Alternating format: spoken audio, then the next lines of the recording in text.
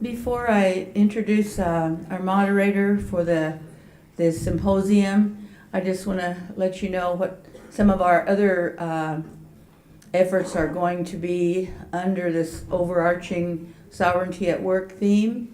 We will have a symposium on education, and we want to let people know what the Pueblo communities and the Dene and Apache and the indigenous people of this area, what they're doing, because I know at Cochiti they have a language immersion program, they have a early childhood education Montessori program, and I know several of the other communities are having a lot of innovative things they're doing in education. Then we'll have a special focus on language and then the environment. And we haven't really planned beyond that. So I hope you have a wonderful day and you come back tomorrow. And with that said, I would like to introduce our moderator, excuse me, I'm having this coughing problem, Angelo Joaquin. Angelo is a member of our Indian Advisory Panel. He is from the Tohono O'odham Nation, and he has been a leader of change in his communities and helping other people across the country. Sometimes I read some of his emails. He's a cyclist, and they go all over, and he plays the guitar, and he has a lot of, he just does a lot of different interesting things. And our Indian Advisory Panel represents the majority of the Pueblo communities and Dene and Apache nations, and they advise MIAC on our programs, our collections, and our exhibits, what is culturally appropriate, and they are very key to the way this institution carries out its mission. So with that said, I want to thank Angelo for taking this project on and to welcome him to the stage.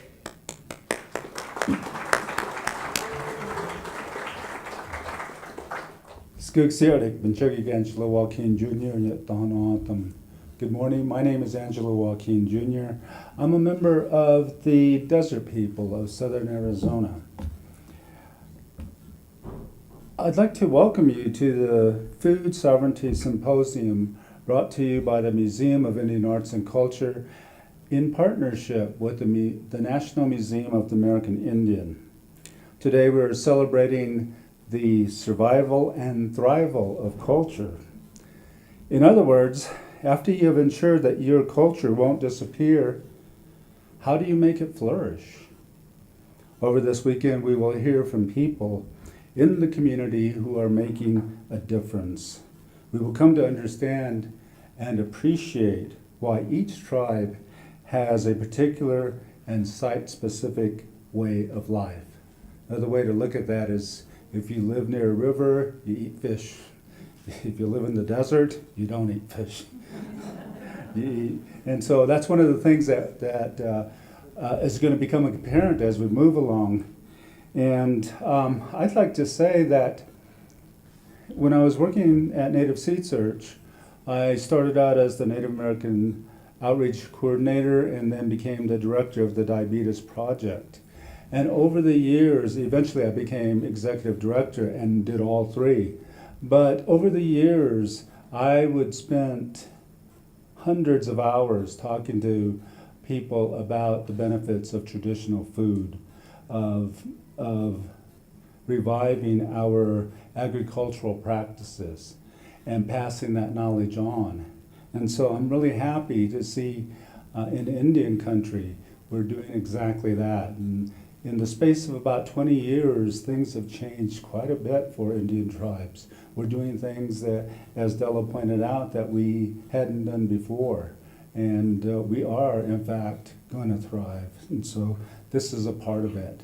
And the great thing about these next 3 days is on the third day we get to eat pit roasted bison. And I mean the whole buffalo, not just the wings. So, sorry, I had Had to throw that in.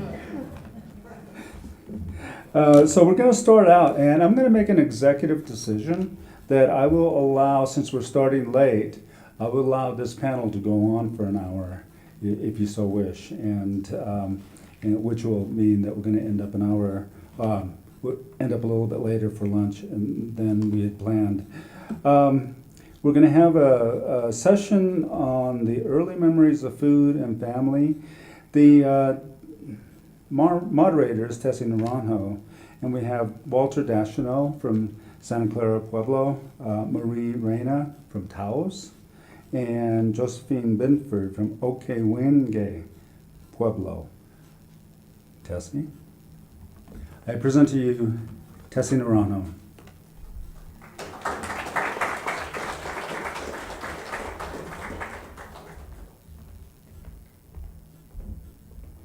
Good morning.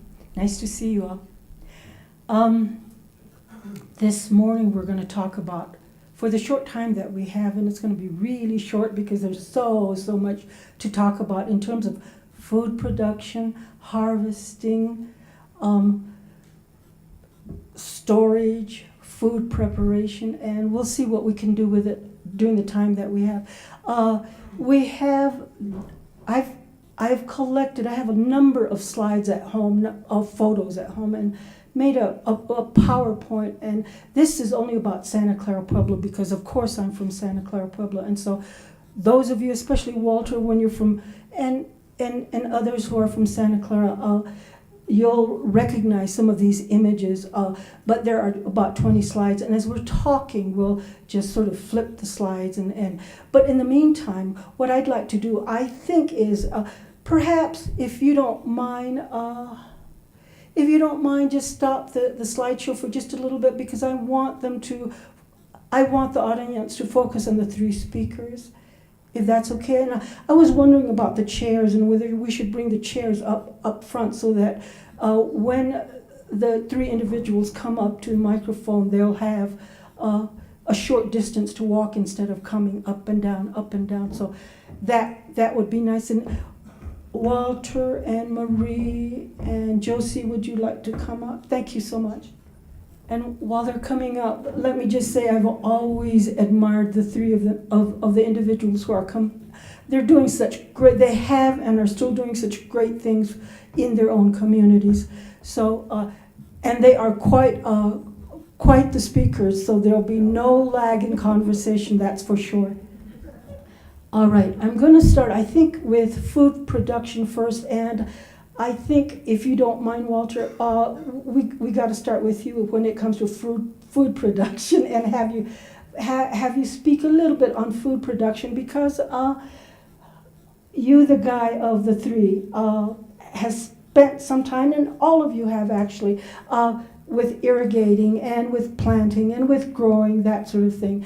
I know I interviewed you a number of years ago, and I have a story. I remember the story that I can't forget about you as a little kid going with your grandmother down into the fields and irrigating. And you remember that story? Fine story that I'll never forget. Please include that story in your conversation, and then talk about food production and what your memories are with regard to growing and planting. Good morning, audience. I'm Walter Deschanel from the Pueblo of Santa Clara. I want to extend my appreciation to Della, Tessie, and all of the group that are here as part of the Museum of Indian Arts and Culture. This last few days, and months really, I guess I would say, has probably been the biggest challenge that all of us as Indian people have begun to realize the significance and importance of climate change. Particularly the issue that has happened with the DAPL that is occurring at the area of the Dakota people. As we all know, there are three elements that are so critical to our survival. One is clean air. Without clean air, we can't breathe so that we can sustain a good life. The other is a healthy body based on what foods, whatever we use to ingest, so that our body, mind, and everything else will be strong. And of course, there is water. Without water, we can't sustain many of the things that we all face every day. Without water, we do not have agriculture as part of our life. Without water, our animals cannot survive in the mountain ranges that they have. Without water, you cannot live as humans, because water is the major element that is within our body system. So it's so important that we follow and help the Dakota people, because somewhere in our lives in Indian country that is happening. You saw the situation that the Navajo people faced this past year or 2 years ago regarding the release of, I think it was yellow water, I don't remember what it's specifically called, that occurred with the release of those things that then went into the river system that they survived on. You have the situation of the mill tailings of uranium. You have the issue of geothermal that is being explored, but what's the impact going to be in the long range? I wanted to start with those things because those things are happening today. Those things are not something that occurred 50 years ago, 100 years ago. Maybe they did, but it wasn't that significant. But if we don't do anything, or we don't do anything to survive, to stop those things, then how are we going to live in the future? But on the other hand, without gas and oil, our vehicles cannot survive, cannot run. Without gas and oil, many of us use that for cooking, and many of us use that for other things that we have. So the only recourse is to begin to explore and research, R&D, other types of potential energy development that could replace those items that we'll have in the future. My first encounter that I had in agricultural life was those things that we faced on the Hopi Reservation. Just like many of us, or some of us, we are not just of one tribe, but we are people of many tribes. My particular family, my immediate family, has family members from Taos, from Picaris, San Juan, Hopi, Navajo, Hispanic, Santa Clara, San Alfonso. So we're not 100% Santa Clara, but we're almost 100% Indian. So as we began to face our life in the past as a little boy, the elements that I was faced with on the Hopi Reservation more so was the issue of being able to survive with not having to have access to as much water as we did. The Hopi people sustained their life with almost a little different type of agricultural life that they had because of the desert conditions that they lived in. But they survived all those centuries because they adapted to the way of life based on ceremonialism, based on sustenance of those items that they had available to live from and live with, but also to live a different kind of a life that they practiced and participated in. As you can see, I have a round stomach. My features are a little bit different than what my great-great-grandfather's was. He was very thin because he planted, he worked hard, he ran, and he had a different type of life. My life is McDonald's sometimes, Pizza Hut, and other food items that I can readily run to the store to get because it's so convenient. But one of the things that I've been doing in my life because of my experience with what I saw and participated with in the Hopi life was to become a farmer.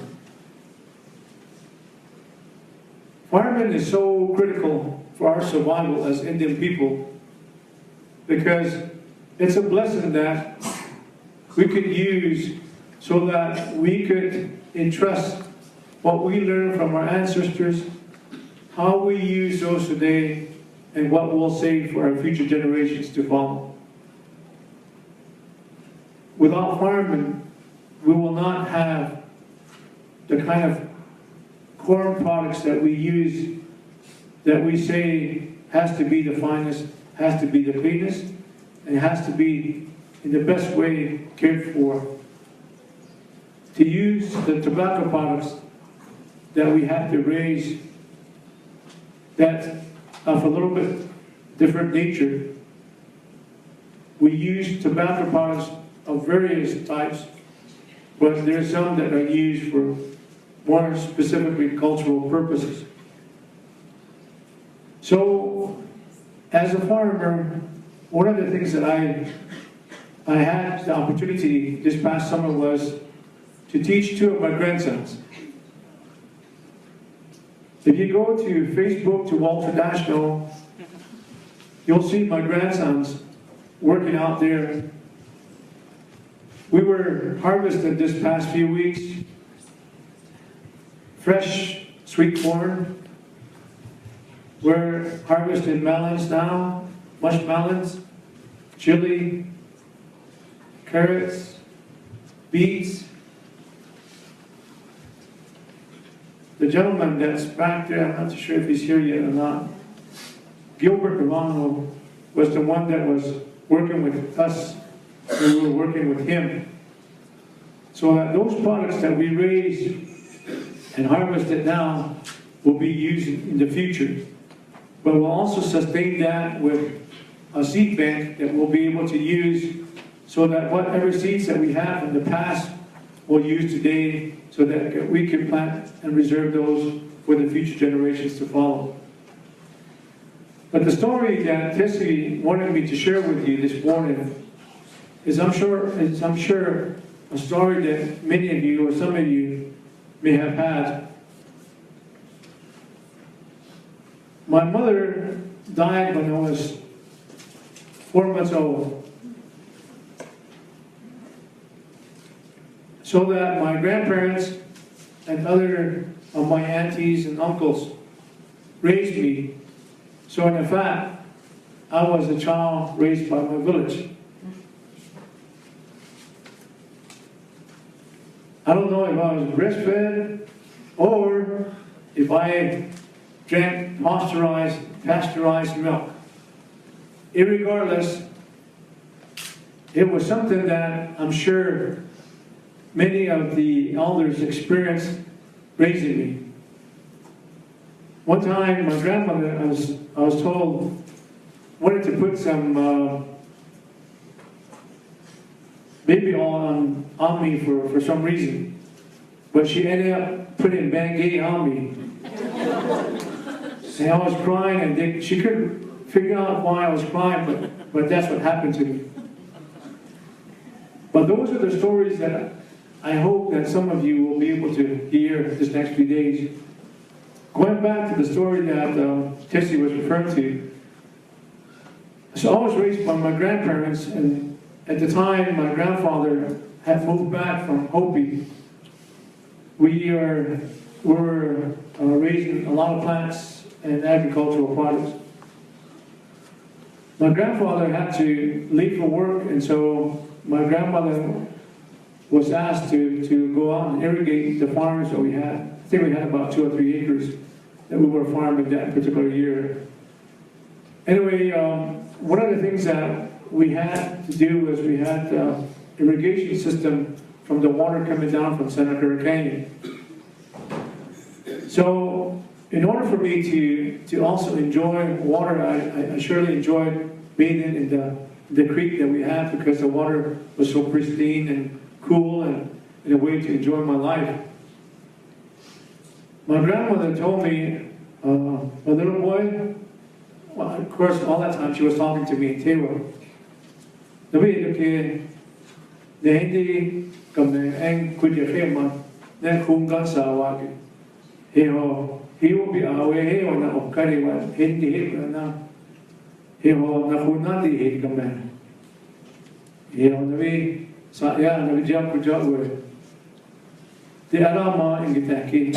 I would have to go to a ma, I would have more lady. He will get the ma, a bit in the cake. Now I could you hear ma. He will wake in, he will get that poor cake in a one day, cake in a. He only can get daily, will be out, don't want to be up adding. That would be cool. He don't want that for now, boy, your cake in a. Translation, I said, my little boy, sometime when the water comes down from the creek, because I'm a grandmother, there's not a time or opportunity because the water is coming down fast for me to control it. So when I irrigate the lands that we're going to irrigate this morning, I'm going to have to ask you to take off all your clothes and you're going to be my helper. And every time I can't control the water, take off your clothes, lay on the creek, and then I'll put some sand on you. And so that's the story that Bessie was telling me. I tried to do that with my grandsons, but one's about 6 feet tall, and the other one is 5 feet 2. But I was thinking about that. What did I learn from my grandmother? What did I learn from my grandparents, or my uncles, or my aunties, to be able to do that, so that I could share those things that I saw and participated with my grandchildren. But I hope that this next couple of days, you'll be able to hear many stories about the way agriculture is part of our lives. There is so much, there are so many things that could be told and be written about in Indian country. And I hope that one of you young people could interview some of your tribal elders and talk to them and do a video, write their stories, let them share their experiences with you, and write a book, do a video. And that would be something to really share to those times that you'll have, like today. I'm wearing a raised bracelet. I've been in Albuquerque this last week, and I'll be there another week. I have a granddaughter that burned herself with a curling iron. They had to do major surgery on her Tuesday, and she's there now till Friday, and then she's going to be there another week. Then we have about a whole year of hand therapy. She just turned 2 years of age. But those are the modern things of life. Good things, but sad things could happen if we're not careful. So all of you that are here today, enjoy your sessions. Learn, hear, appreciate, respect. Indian people are the most marvelous people that you'll ever know and hear throughout the world. We've not yet even shared so much with modern man that I wish we could share, but we can't because of the secrecy of those things that we have to deal with. But whatever we can share with you, please learn. Please share them with other people. Because our people need to be respected. Our people need to be there to help mankind. We could be better neighbors if you allow us to do that. Today we are in water rights cases. Today we are fighting the issues of education. Today we are fighting the issues that we face every day about the natural resources that we have on our reservations. But thanks to all of you that are willing to listen, that are willing to share our stories, please do that, and our lives will be stronger.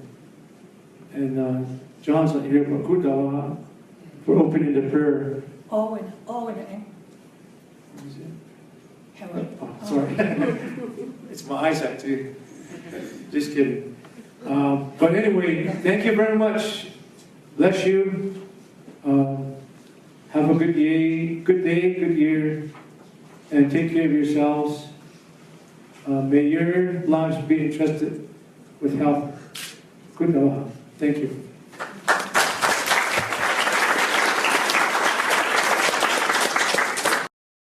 Walter, your story about your grandmother using you as a way to keep the water from going through reminds me of this story. I did this, Walter, when you talked about a book that should be written by the young kids from the Santa Fe Indian School, doing interviews of their grandpas and grandmas, agriculture at Santa Clara Pueblo. I did this some years ago, and there's all sorts of quotes that I got from individuals that I interviewed. One of them is a playful one. This one person from Santa Clara said a time back, Tewa boys of the Rio Grande used to look for an ear with no kernels on it, for they had a right to chase some girl with it, teasing her about how she hated to grind corn and was as useless as that lazy grass. It might end by the girl being rolled in the corn stalks, shouting that no matter how lazy she was, she would never marry that good-for-nothing boy.